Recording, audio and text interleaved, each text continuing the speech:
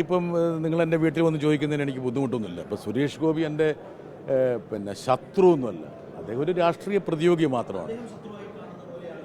അല്ല, ഇന്നലെ കഴിഞ്ഞ ദിവസം പാർലമെൻറ്റിൽ ഞാനിതെല്ലാം ഉന്നയിച്ച ശേഷം പുറത്തിറങ്ങിയിട്ട് വളരെ ഊഷ്മളതയോട് കൂടിയിട്ട് അദ്ദേഹം എന്നോട് സംസാരിക്കുകയും പെരുമാറുകയും ചെയ്തിരുന്നു. എനിക്ക് തോന്നുന്നു അദ്ദേഹം ഒരു നടനകലയിലുള്ള ഒരു വൈഭവം അദ്ദേഹം പ്രകടിപ്പിക്കുന്നതായിരിക്കാം. അദ്ദേഹത്തിന് ഭയങ്കരമായ ഒരു വീര്യമുണ്ട്, അല്ലെങ്കിൽ ഉഷിരുണ്ടെന്നൊക്കെ തോന്നിപ്പിക്കുന്നതായിരിക്കും. പക്ഷേ എനിക്ക് എൻ്റെ മിത്രമായിട്ടുള്ള സുരേഷ് ഗോപിയോട് പറയാനുള്ളത്, രാഷ്ട്രീയത്തിലും ഒരു സ്ക്രിപ്റ്റ് റൈറ്ററുടെ ആവശ്യം മൂപ്പർക്കുണ്ട്.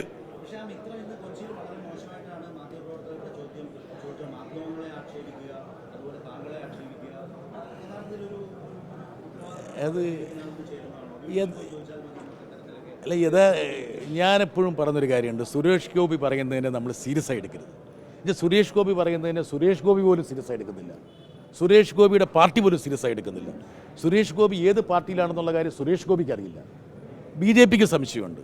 അങ്ങനെ ഒരു വ്യക്തി പറയുന്ന കാര്യത്തിൻ്റെ ഓരോ സൂക്ഷ്മതലങ്ങളും നമ്മൾ വിലയിരുത്തി അതിനെ നമ്മൾ എന്താ പറയുക തൂക്കി നോക്കുന്നതിൽ അർത്ഥമില്ല. പക്ഷേ എനിക്കൊരു അഭ്യർത്ഥനയുണ്ട്, അതായത് കാലിക രാഷ്ട്രീയത്തെക്കുറിച്ച് ജനപ്രതികൾ സംസാരിക്കുമ്പോൾ കുറേയും കൂടി സഭ്യമായിട്ട് അദ്ദേഹത്തിന് വേണേൽ അതിനോട് പ്രതികരിക്കാം. പക്ഷേ അദ്ദേഹത്തിന് ഞാൻ കുറ്റം പറയില്ല. എന്താ കാരണം വെച്ചാൽ അദ്ദേഹം ദീർഘകാലം ഒരു സ്ക്രിപ്റ്റ് റൈറ്ററുടെ ഒരു സഹായത്തോടു കൂടിയിട്ടാണ് അദ്ദേഹം വിരാജിച്ചത്. അദ്ദേഹത്തിൻ്റെ സിനിമാ നടനെന്നുള്ള പരിവേഷമാണ് അദ്ദേഹത്തെ വിജയിക്കാൻ തന്നെ പ്രേരിപ്പിച്ചത്, അല്ലെങ്കിൽ അതിന് സഹായകരമായത്. അപ്പോൾ BJP അല്ലെങ്കിൽ ഇപ്പം രാജീവ് ചന്ദ്രശേഖരൻ വന്നിട്ടുണ്ട്, അദ്ദേഹത്തിന് കൃത്യമായിട്ട് ഈ മീഡിയയുടെ ഇതിവൃത്തങ്ങളൊക്കെ അറിയാം.